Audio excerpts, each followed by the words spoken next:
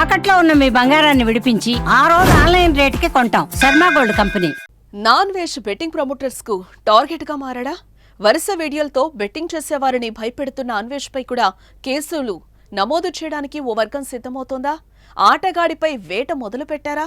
పాత మాటలు తవ్వితీసి ఇబ్బందుల్లో నెట్టే ప్లాన్ జరుగుతుందా? ఇండియాకు రాగానే అరెస్టు చేయించడానికి సిద్ధం చేస్తున్నారా అంటే అవుననే సమాధానం వినిపిస్తోంది. ఇందుకే అన్వేష్ పై కేసు పెడితే ఏ విషయాలపై పెట్టే అవకాశం ఉంది?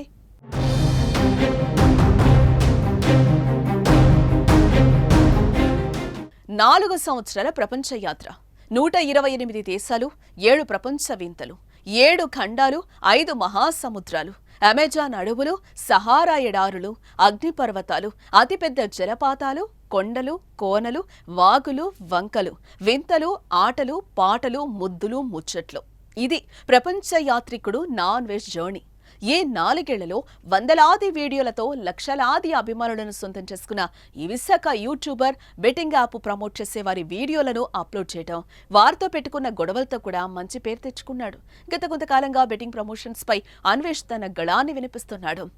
ఫేమస్ యూట్యూబర్స్ చేసే గలీజ్ పనిని లోకానికి తెలియచేసి వారి ఆట కట్టిస్తున్నాడు. ఇప్పుడు వారిపై కేసులు నమోదవుతున్నాయంటే అందుకు ఆర్టీసీ ఎండీ సజ్జనార్తో పాటు ప్రపంచ యాత్రికుడు కూడా ఓ కారణం.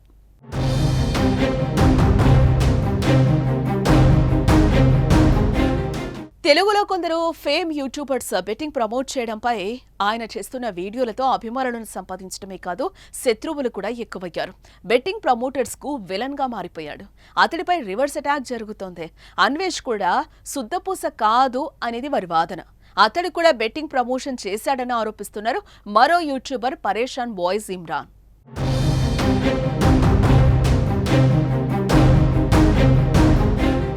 మూడు రోజుల క్రితం హైదరాబాద్ కు చెందిన ప్రముఖ YouTuber Imran betting app promotion చేస్తున్నాడని నాన్ వెజ్ తన ఛానల్ వేదికగా ఓ వీడియోని రిలీజ్ చేశాడు.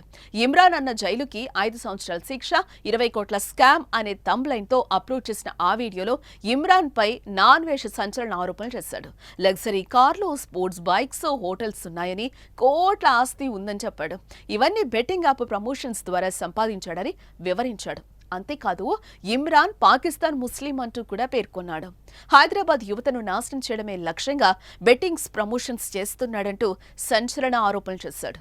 అదేవిధంగా ఇమ్రాన్ పేరెంట్స్ పై కూడా షాకింగ్ విషయాలు వెల్లడించాడు.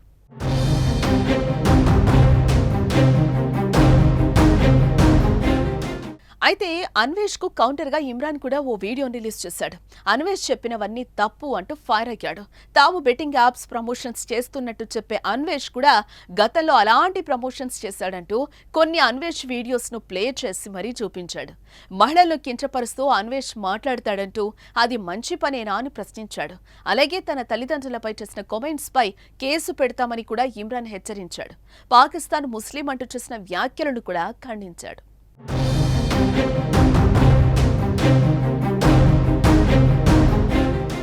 ఇక్కడ అసలు విషయం ఏంటంటే, బెట్టింగ్ యాప్ ప్రమోట్ చేసిన అందరినీ చీల్చి చెండాడుతున్న నాన్ వెజ్ పై కూడా ఇమ్రాన్ తరహాలో విమర్శలు చేస్తున్నారు.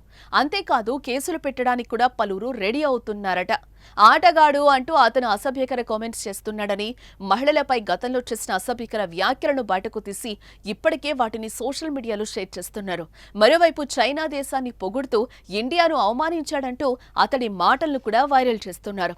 మొత్తానికి పక్కా ప్లాన్ వేసి అన్వేష్ పై కూడా కేసులు పెట్టి జైలుకు పంపించడానికి తెర వెనుక ప్రయత్నాలు జరుగుతున్నట్టుగా సమాచారం.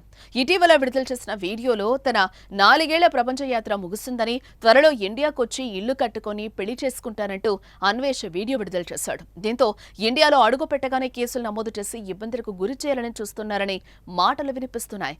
మరి ఈ అంశంలో ఏం జరుగుతుందో చూద్దాం.